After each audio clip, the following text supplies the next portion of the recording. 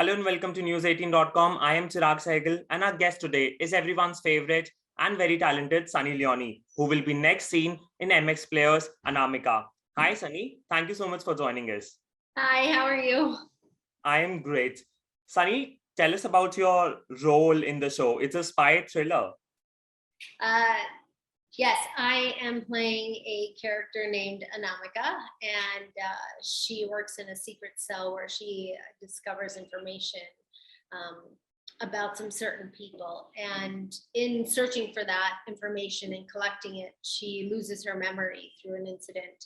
Yeah. And, from there, some tragic things happen, and now she needs to figure out who she was, where she's from, why are these people after her? So many different questions. And it turns into this revenge story where she figures out and unravels this crazy But since it's crazy ball of information. But since it's also a spy thriller, how do you react to people who are saying that it might end up being very similar to Alia Bhatt's Razi? I don't know. I've not seen it. I don't think it's similar. No, it's not. Okay, I was told it's not similar. How was it coming back to sets, especially after the pandemic? I mean, things have changed. There are precautions that everybody has to take. How was it coming back to sets? Coming back to set obviously was very stressful because you didn't want to get sick and testing was happening all the time. And I would do my own personal testing just to make sure if I had an event or I was out somewhere, I saw a friend, I would make sure that I was tested before I went back to set. And I was always sending Vikram sir my certificates showing that, hey, I'm negative and nothing to worry about. So in that way, yes, it was stressful. And I have said this before, I think if you're an actor, actress working during this pandemic, the first wave, the second wave, your stress levels were so much higher, and you don't forget some of those feelings because you are shooting and you are working with all these people and everybody is counting on you to be safe and you're counting on everybody else to be safe and be honest with each other. So, But that's what I wanted to come to also. Was there a time when you felt like, okay, probably should I not? Also, because you have kids at home. So was there a time when you felt like, okay, I should not step out and work for the time being and probably stay indoors? Yeah, we did that for so long. And then they opened up the markets again to be able to work. I am just like every other working parent out there. I have to provide for my family. I have to work. I have a home. I have, bills and so many different things that need to be taken care of. And an entire staff that also was at home and still, trying to provide for them and their families. So there's a lot of pressure to, go back to work, not just for yourself, but for your own family and everybody else around you. So I don't think that it's really was an option by the time the market opened up again. Mumbai opened up again for shooting. But, when I would talk about it with Daniel before we came back, it always boiled down to, but everybody else is wearing a mask and can be protected because that is one of the things that does protect you is a mask. But I'm not. I have to take it off. That's like being exposed. It's a crazy feeling. And all of a sudden you're looking at everybody, you're seeing, are they wearing their mask properly? What's happening? Are they coughing? Are they sick? What's going on? And you become this extremely paranoid person. And especially when you are a working mother, it becomes altogether more difficult because you have family to take care of, you have kids to take care of. How do you balance then your personal and professional life? Well, it was very difficult, very stressful. But I'm talking about when you're talking about COVID. But the rest of it, I mean, my children, of course, they say, Mom, I don't want you to go to work. They want me to stay home. They're still so small. They're 4 and 6, and they understand that mommy has to go to work, that mommies and daddies do work, and they love their, all these different things that we do with them, and we take them out or we take them on vacation or a holiday, all these different things. They like that, but that means that mommy has to work, and that means daddy has to Yeah. work. So in that way, we've communicated over and over again that this is the way that it is sometimes. But we do, both Daniel and I do juggle our schedules so that one of us is with them, or one of us is, caring for them, or there at night, or there when they wake up, and, so many different things. So we're very, very hands-on parents. But is Daniel a better father or a better husband? That's kind of like a weird loaded question. But I will take the children's side and say he's an amazing father. And he not only takes care of them, he takes care of me, he takes care of everybody who is a part of Daniel's circle or works for him or is around him or family. He literally takes care of us all. He has that, oh yeah, ऐसे लोग हैं जो उसके अंदर ये चीज है, and he has it. Where उसके अंदर वो he सबको संभाल सकता है, and he can handle everything that's going on in the office as well. And so he's very good at multitasking. Also, especially like before, like amid the pandemic, kids were at home. Nisha being the eldest, I'm sure must be taking either online classes. Was it difficult to handle everything sitting back at home? Yeah, it wasn't easy. I'm sure lots of families face the same issue where you have mom and dad home. If you live in a joint family, I think that must have been even more difficult. And handling two toddlers, because at that time our boys were 2, and Nisha was 4. So handling toddlers, handling their changes in their bodies and their emotional state, being home, Nisha going to school, Nisha doing online school. And it definitely plays a toll, not in a good way, some of those times, to handle all these different things. And then dealing with your own emotional state because you're not working, because you can't. The whole world is shut down.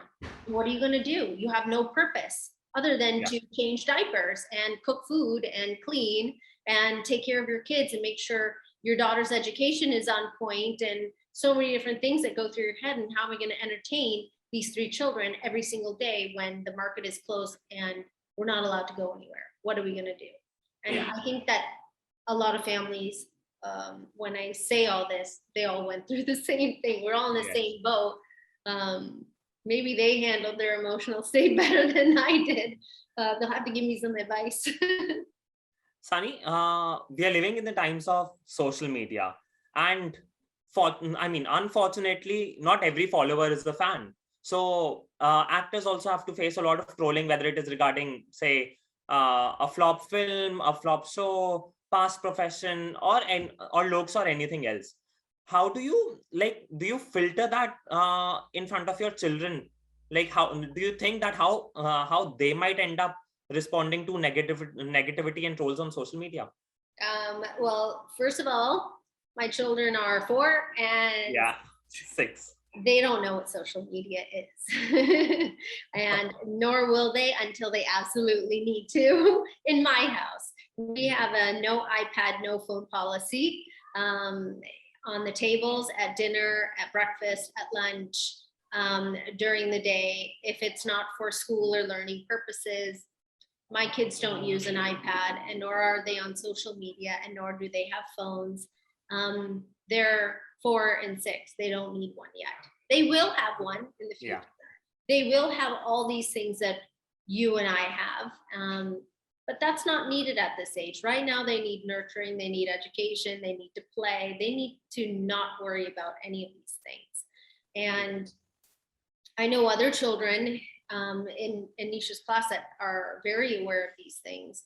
And I remember Daniel telling me that he overheard a teacher saying, we need to go to this website or YouTube or something like that, or Instagram. And Nisha saying, what's that? And then Daniel popped his head in and said, I did a good job not showing her this stuff. And, you know, but every household has their own policies, and we have a no iPad, no phone policy. And what is your mantra of dealing with the negativity on social media? Is to not read it or block it out. And also, you have to think about the philosophy and the whole chain of how all this works, which is very simple. That troll is not just trolling me, they're trolling everybody. They're going from person to person to person to person. And they're looking for attention. Let's just call it attention. Like a toddler who wants attention. They do either bad things or they do good things. When they do bad things, they're still getting attention. And that's the same thing, you know, my children are not trolls, by the way, but you have to see it as that person's looking for attention, and how are they going to get it? So they go from person to person to person and say all these bad things, which is hurtful. And they find the person who gets affected by it, and they respond. And, you know, they keep going after those people. I don't actually really care what somebody has to say, because they're not a part of my life. They don't pay my bills. They don't help me cook food. They don't help me change diapers. They don't help me do anything in my life. They're not going to dinner with me. They're not my family. They're not my friends. They're nothing to me. So I think for the people out there, if you put that in perspective, that they're nothing in your life, but a troll, it's so easy to block them and block them out. And I think that more people should do that. We live in a better place. Yeah. Happier people. Before we wrap up, we also wanted to know about your beauty hacks and your fitness mantra. I try to work out as much as possible. Right now, at this moment, I finally found a spin cycle studio that does these amazing spin classes here in Mumbai. I'm so excited about it. And I moved into a new area here in Mumbai, and I found all these amazing things around here. Found a hot yoga studio. So that's what I'm into, is spin and hot yoga right now, and trying to eat as much good things as possible. So are you a diet conscious person in that way? मेरे पति ऐसे dieting करते, it's very difficult because, you know, जब बच्चे खाना खाते, then I also should have a couple of bites of that, and I am just like everybody else out there. बच्चों का खाना इतना अच्छा क्यों होता है? Why? Why does it taste so good? And why do we want to eat bachcho ka khana? Because it's totally different jo hum khate. Later on. I am the unfit person to answer this question, being a bachelor. You will know it. Thank you so much. Your mom might be able to answer that. So, you know, it's something that maybe in life you'll experience, but people out there, there's going to be parents out there who are watching this that know exactly what I mean. So I think that we have to try and just eat as healthy as possible. And I also believe in being healthy for my children. And that's why I exercise so much, because both my parents passed away from what I believe could have been avoided, and could have been avoided because of healthy lifestyle. So thank you so much, Sunny, for joining us. It was wonderful talking to you. People are eagerly waiting for Anamika, and I'm sure it's gonna be a super hit. All the best. Thank you so much. Have a lovely day. Thank you so much.